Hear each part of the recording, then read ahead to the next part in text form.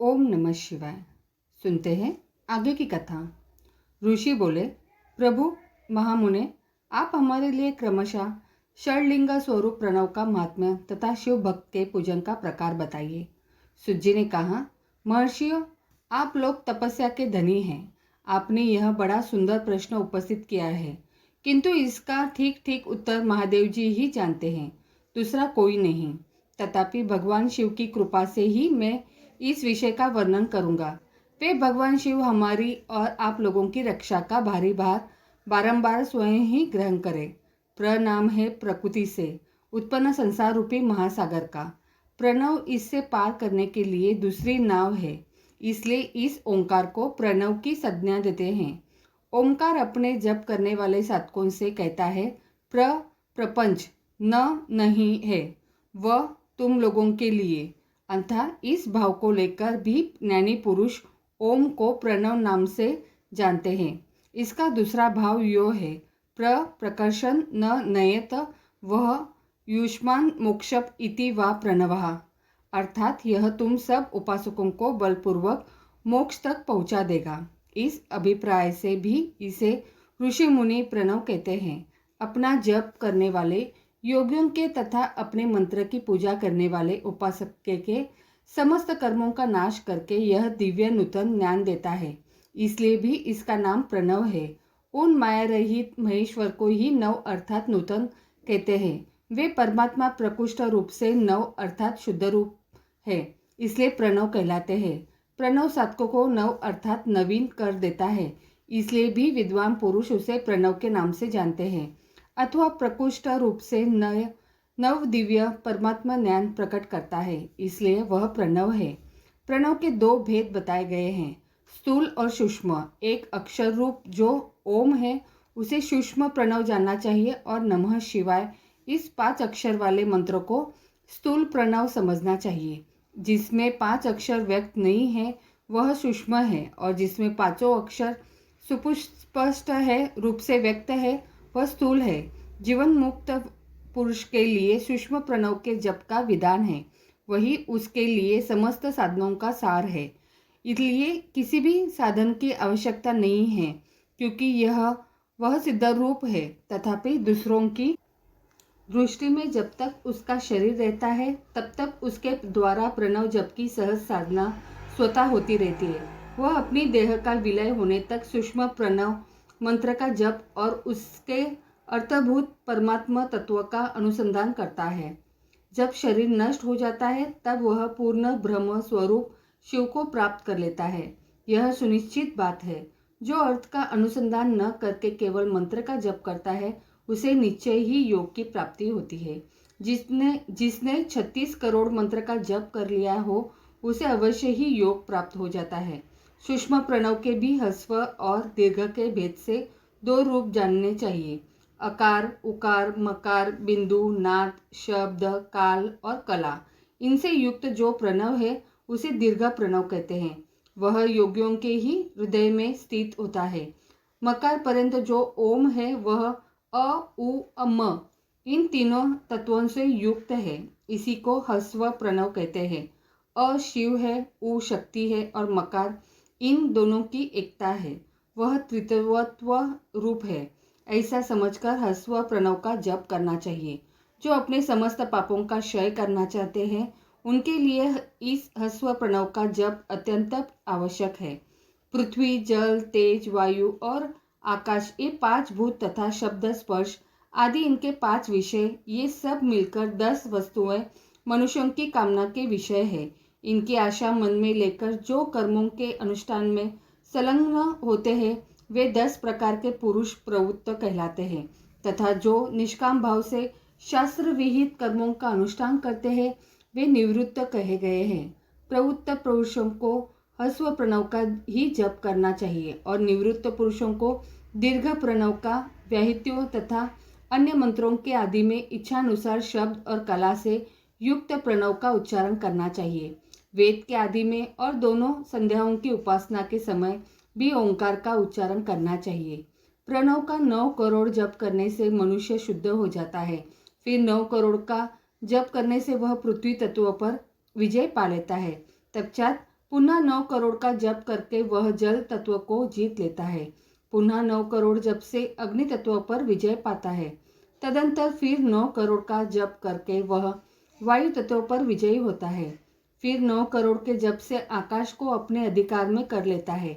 इसी प्रकार 9 करोड़ का जप करके वह क्रमशः गंध, रस, रूप, स्पर्श और शब्द पर विजय पाता है। इसके बाद फिर 9 करोड़ का जप करके अहंकार को भी जीत लेता है। इस तरह 108 करोड़ प्रणव का जप करके उत्कृष्ट बोध को प्राप्त हुआ पुरुष शुद्ध योग का लाभ करता है। शुद्ध योग से युक्त होने पर वह जीवन मुक्त हो जाता है, इसमें संशय नहीं है। सदा प्रणव का जप और प्रणव रूपी शिव का ध्यान करते करते समाधि में स्थित हुआ महायोगी पुरुष साक्षात शिव ही है, इसमें संशय नहीं है। पहले अपने शरीर में प्रणव के ऋषि, छंद और देवता आदि का न्यास करके फिर जप आरंभ करना चाहिए। अकारादि मातृका वर्णों से युक्त प्रणव का अपने अंगों में न्यास करके मनुष्य ऋषि हो जाता है। मंत्रों के दशविध संस्कार, मातृकान्यास तथा षड्वंश शोधन आदि के साथ संपूर्ण न्यास फल उसे प्राप्त हो जाता है।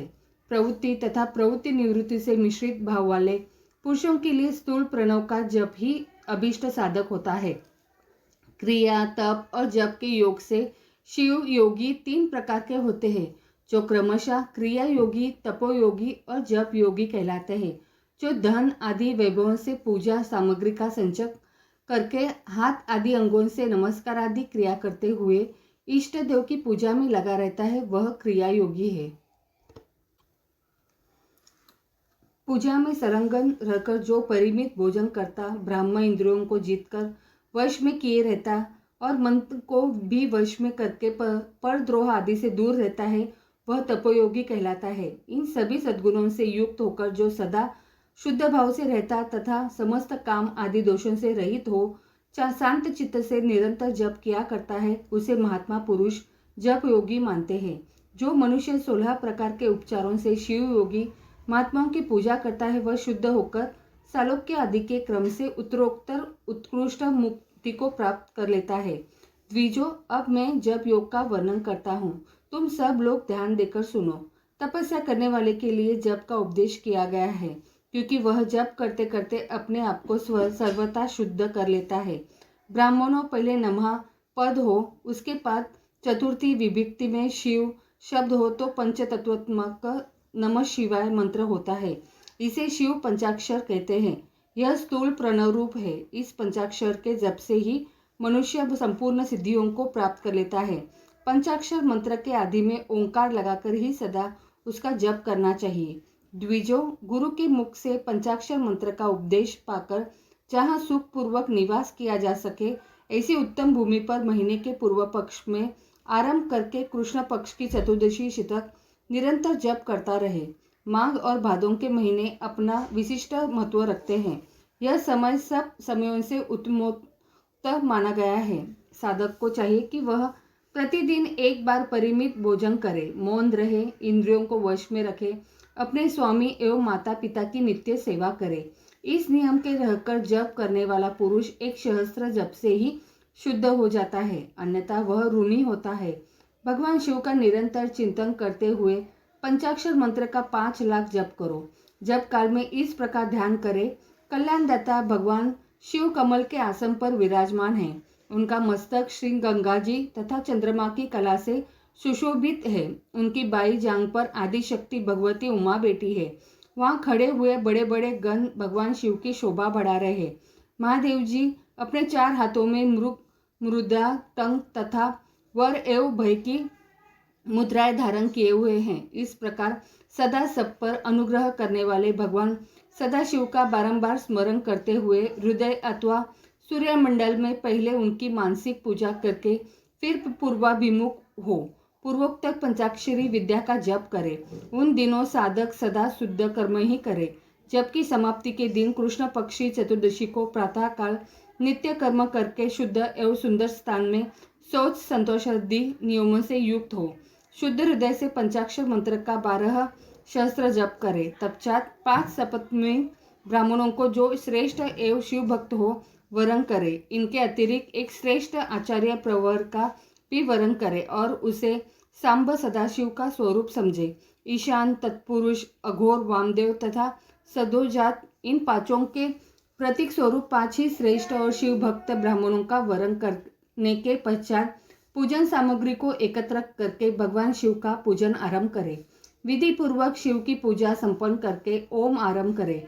अपने गृह सूत्र के अनुसार सुखांत कर्म करके अर्थात परिसमूहन, उल्लेखन, मृद, उदाहरण और अभ्यशुल्कन, इन पंचभू संस्कारों के पश्चात वेदी पर स्वाभिमुख अग्नि को स्थापित करके कुश कंडिका के अनंतर प्रज्वलित अग्नि में आज्य भागांत आहुति देकर प्रस्तुत होम का कार्य आरंभ करें। कपिला गाय के घी से 11, 101 अथवा 1001 आहुतियां स्वयं ही दे अथवा विद्वान पुरुष शिव भक्त ब्राह्मणों से 108 आहुतियां दिलाए। ओम कर्म समाप्त होने पर गुरु को दक्षिणा के रूप में एक गाय और बैल देने चाहिए। ईशान आदि के प्रतीक रूप जिन 5 ब्राह्मणों का वरण किया गया हो उनको ईशान आदि का स्वरूप ही समझे तथा आचार्य को सांब सदाशिव का स्वरूप माने।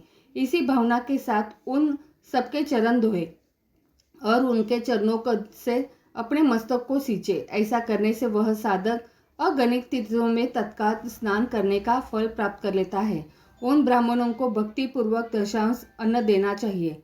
गुरु पत्नी को पराशक्ति मानकर उनका भी पूजन करे। ईशान आदि क्रम से उन सभी ब्राह्मणों का उत्तम अन्न से पूजन करके अपने वैभव विस्तार के अनुसार रुद्राक्ष, वस्त्र, बड़ा और पूजा आदि अर्पित करे। तदंतर दिव्यपालदि को बलि देकर ब्राह्मणों को भरपूर भोजन कराए। इसके बाद देवेश्वर शिव से प्रार्थना करके अपना जप समाप्त करे।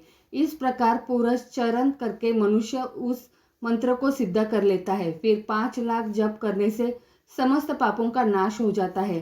तदंतर पुनः 5 लाख जप करने पर अतल से लेकर सत्यलोक तक 14 भुवनों पर क्रमशः अधिकार प्राप्त हो जाता है। यदि अनुष्ठान पूर्ण होने के पहले बीच में ही साधक की मृत्यु हो जाए तो वह परलोक में उत्तम भोग भोगने के पश्चात पुनः पृथ्वी पर जन्म लेकर पंचाक्षर मंत्र के जप का अनुष्ठान करता है।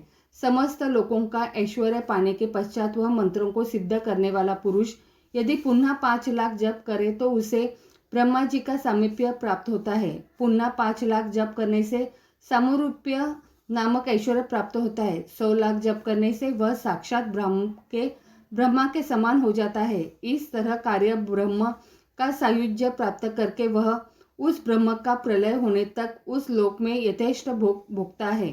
फिर दूसरे कल्प का आरंभ होने पर वह ब्रह्मा जी का पुत्र होता है। उस समय फिर तपस्या करके दिव्य तेज से प्रकाशित हो वह क्रमशः मुक्त हो जाता है। पृथ्वी आदि कार्य स्वरूप भूतों द्वारा पाताल से लेकर सत्यलोक पर्यंत ब्रह्मा जी के 14 लोक क्रमशः निर्मित हुए हैं। सत्यलोक से ऊपर क्षमा लोक तक जो 14 भुवन है वे भगवान विष्णु के लोक है। क्षमा लोक से ऊपर सूची लोक पर्यंत 28 भुवन स्थित है। सूची लोक में अंतर्गत कैलाश में प्राणियों का संहार करने वाले रुद्रदेव विराजमान है। सूची लोक से ऊपर अहिंसा लोक पर्यंत 56 भुवनों की स्थिति है। अहिंसा लोक का आश्रय लेकर जो ज्ञान कैलाश नामक नगर शोभा पाता है उसमें कार्यभूत महेश्वर सबको अदृश्य करके रहते हैं। अहिंसा लोक के अंत में काल चक्र की स्थिति है। यहाँ तक महेश्वर के विराट स्वरूप का वर्णन किया गया। वहीं तक लोगों का तिरोधान अथवा लय होता है। उससे नीचे कर्मों का भोग है और उससे ऊपर ज्ञान का भोग। उसके नीचे कर्म माया है और उसके ऊपर ज्ञान माया। आगे की कथा अगले अध्याय में। तो बोलो हर हर महादेव।